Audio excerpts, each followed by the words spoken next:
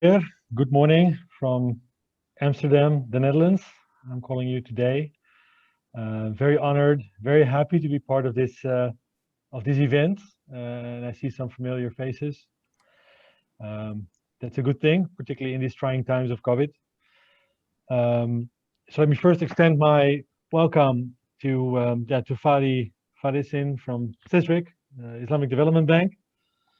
We have a great cooperation with Islamic Development Bank and Spark since 2018, and it's really nice to see that also on this program we're joining forces.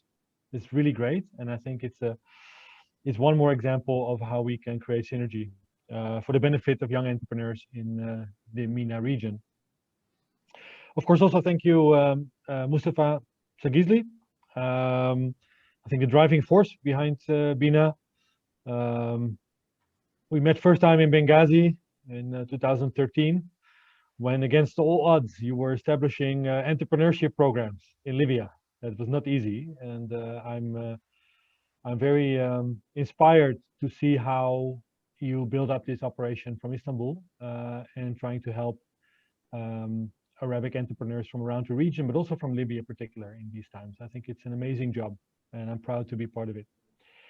Um, and of course, the prior speaker, Murad, we haven't met yet. I hope we will soon in person, inshallah. Um, well, let me just say that I think in these times of startups, and I'm calling you now from Amsterdam, which is often called the startup capital in Europe. I think we have the highest number of startups per capita almost here in Europe. It's not easy, and it's not easy to be a startup in normal times. So being a startup during a pandemic, I think, is absolutely remarkable. And I did look at some of the results, also the prior rounds, where companies were pitching. I had the honor of being at Bina, seeing some pitches myself. And I must say, and I really mean this, that if I compare the spirit and the energy of the Arabic entrepreneurs that are in a much tougher spot than the ones in Amsterdam, I hear far less nagging, far less what is the problem, and far more energy and solutions and fighting spirit. And I think that's really something that I find fascinating. That youth from the region there, in all honesty, is much more inspiring me in their willingness to fight than if I see youth from the West, for example. Maybe because they have more options to take it easy for a while. But as a social entrepreneur myself, I really enjoy this. And yeah, so also my great welcome to you. And I'm very inspired that you make this happen during difficult times of a pandemic. I also wanted to thank the Qatar Fund for Development.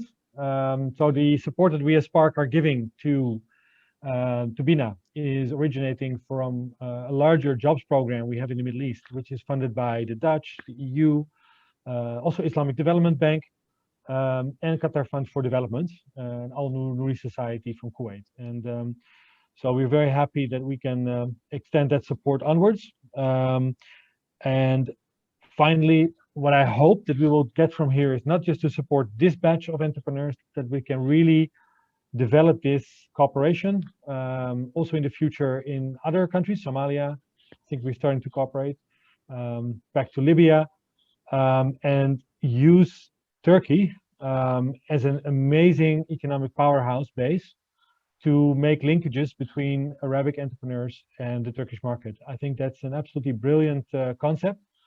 I very much believe in this, and yeah, both Bina and his team, but also the entrepreneurs will have our full support. And if you don't mind, I will use all the pitches for my personal inspiration of why I'm getting up every morning.